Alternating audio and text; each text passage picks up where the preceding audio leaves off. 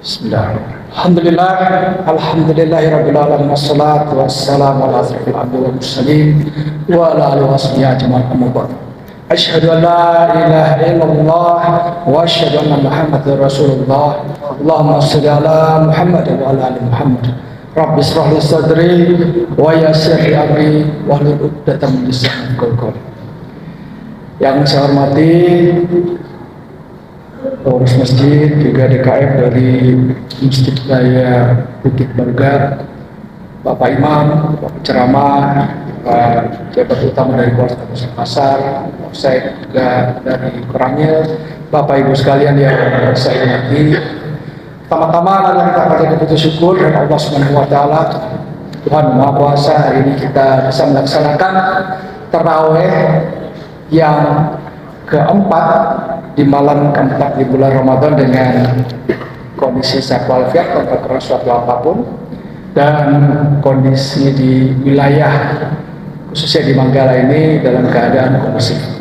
Bapak Ibu sekalian, kami dari Polrestabes Makassar meminta waktu sedikit untuk bersilaturahim kepada Bapak Ibu sekalian untuk memberikan sedikit masukan tentang kegiatan kepolisian yang ada di Polrestabes Makassar. Kami Polrestabes Makassar biasa melakukan jumpa curhat kalau tidak di bulan Ramadan atau subuh keliling untuk bersama-sama bersilaturahim kepada masyarakat, mendekatkan diri kepada masyarakat agar Bapak Ibu sekalian lebih mengenal polisinya yang ada di wilayah Bapak Ibu sekalian. Khusus di bulan Ramadan ini, beberapa hal yang menjadi perhatian kami adalah kegiatan-kegiatan terutama setelah tarawih, juga setelah sahur.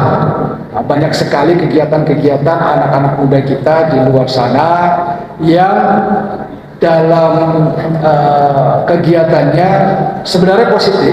Ketika ingin misalnya membagi-bagi takjil gitu ya, mau buka puasa, itu kegiatan positif, cuma dilakukan secara beriringan motornya sehingga membuat kemacetan yang luar biasa, dan juga terkadang ketika bertemu antara kelompok akan terjadi perselisihan.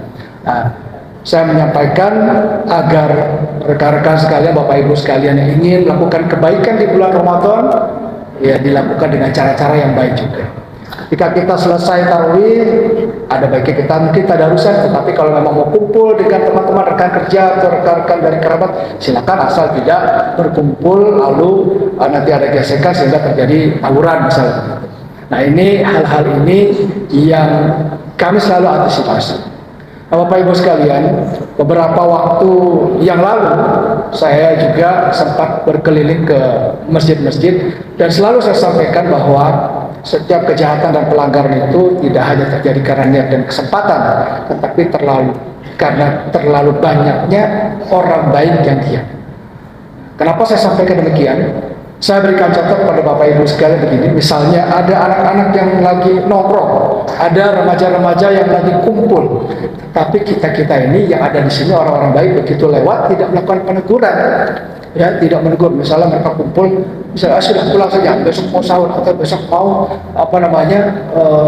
kegiatan, misalnya kalau masih ada yang sekolah gitu ya, pulang saja supaya tidak terlambat misalnya gitu. Atau paling tidak melakukan teguran saja. Kenapa? Setiap manusia di dalam hatinya itu ada kolbu, ada hati yang selalu berteriak ketika berbuat salah. Misalnya mereka sudah nongkrong-nongkrong, sudah ada yang untuk tawuran begitu ya, tetapi ketika Bapak Ibu lewat lalu melakukan peneguran, maka dia akan bilang, wah iya ini salah. Saya ditegur nih sama Pak Ustaz, saya ditegur sama Pak Kapolsek atau Pak Danram, atau mungkin Bapak Ibu sekalian sedang lewat. Sehingga ketika mereka mau melakukan itu, mereka akan berpikir dua kali, wah tadi saya ketemu sama Bapak itu ya, nanti kalau saya tawuran saya jadi nggak enak. Akhirnya mereka mengurungkannya. Tapi kalau kita diam saja ketika melewati sekelompok anak-anak yang mungkin sudah ada niat-niat negatif, maka mereka akan menganggap, tadi juga nggak ditegur kok, ya nggak ditegur, nanti kalau misalnya betul ya sudah, kan tadi juga nggak ditegur gitu. Nanti ada Pak Camat lewat, Pak Lurah lewat, nggak ditegur, mereka akan merasa tindakan itu tindakan yang benar. Maka saya sampaikan kepada Bapak Ibu bahwa kepedulian kita terhadap lingkungan menjadi sangat penting untuk menjaga situasi keamanan ketertiban masyarakat di wilayah kita. Nah Bapak Ibu sekalian, selain daripada itu, bulan Ramadan, bulan suci, kita inginnya khusyuk dalam beribadah.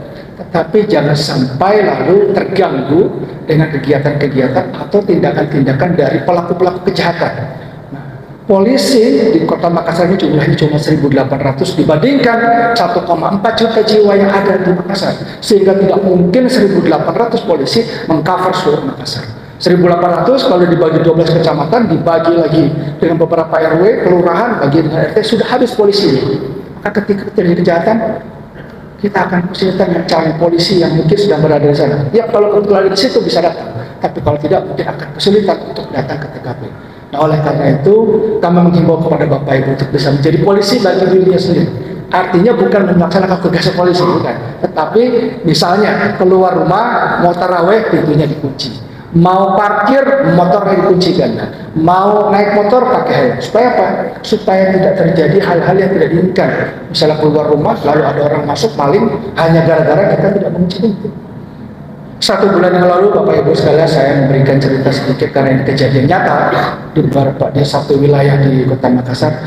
Ada seorang ibu yang setelah ngobrol dengan teman-temannya jam 11 malam lupa mengunci pintu. Lalu masuk ke dalam kamar dan hidup. Ternyata ada seorang laki-laki yang lewat ke depan rumahnya dan melihat pintunya tidak terkunci. Hanya karena melihat pintunya tidak terkunci. Yang lain pintunya terkunci semua. Tapi ada satu rumah yang pintunya terkunci, kelihatan ada cahaya begitu. Lalu dia masuk ke rumah itu. Dia mencoba masuk dan membuka pintu, wah nggak dikunci. Lalu dia masuk ke kamar, ternyata kamarnya tidak ada pintunya. Begitu dia masuk, ada perempuan tergeletak sedang tidur, dan di sampingnya ada dompet isi uang 300.000. Diambillah sama laki-laki. Selesai diambil, tidak sampai di situ, dia melihat perempuan tergeletak, lalu muncul hawa nafsu. Dia tak ketahuan, dicekek, dipukuli perempuan sampai mati. Tidak sampai di situ, lalu diperkosa sampai selesai, dan dia meninggalkan perempuan itu dalam keadaan meninggal. Kenapa? Hanya karena tidak mengunci pintu. Sehingga ini menjadi satu kejahatan yang luar biasa. Bapak Ibu sekalian, kalau Bapak Ibu bisa membantu kami dalam melaksanakan keamanan ketertiban masyarakat dengan hal-hal sepele, hal-hal kecil yang bisa Bapak Ibu lakukan sendiri. Keluar rumah, kompor dimatikan, listrik dimatikan, supaya tidak terjadi kebakaran misalnya. Dan sebagai yang saya sampaikan tadi, ini akan sangat membantu tugas kepolisian. Apalagi nanti yang mau mudik lebaran, mau pulang mungkin ke Sidra, mau pulang mungkin ke Takalar dan sebagainya, nanti rumah jangan sampai lupa untuk dikunci. Dan perlu kepedulian dari Bapak Ibu sekalian untuk memantau situasi. Kalau ada orang asing di rumah, wah ini saya nggak kenal, jangan-jangan, mendingan ditegur. Bapak ngapain di sini? Ada perlu apa? Gitu ya. Jadi ada kepedulian. Yang terakhir Bapak Ibu sekalian, sebelum saya tutup, kami dari kepolisian tentu berharap sekali Bapak Ibu sekalian dapat mendukung kami dalam melaksanakan kegiatan kepolisian, tentu dengan mempercayai kami sebagai penegak hukum yang ada di sini. Kami paham dan kami tahu bahwa banyak sekali polisi-polisi di luar sana yang melakukan kejahatan dan pelanggaran, sampai ada lagu bayar-bayar polisi, banyak sekali terjadi dan banyak dinyanyikan oleh orang. Kenapa? Karena mungkin memang ada kejadian, ada kejadiannya orang bayar polisi untuk sesuatu, ini bayar polisi. Tapi tidak semua polisi melakukan itu. Apabila ada 1.000, 2.000, 3.000 sampai 6.000 polisi yang melakukan itu, dari 471.000 polisi di seluruh Indonesia, 465.000 polisi yang tidak melakukan kejahatan pelanggaran siap berbuat kebaikan dengan Bapak Ibu sekalian.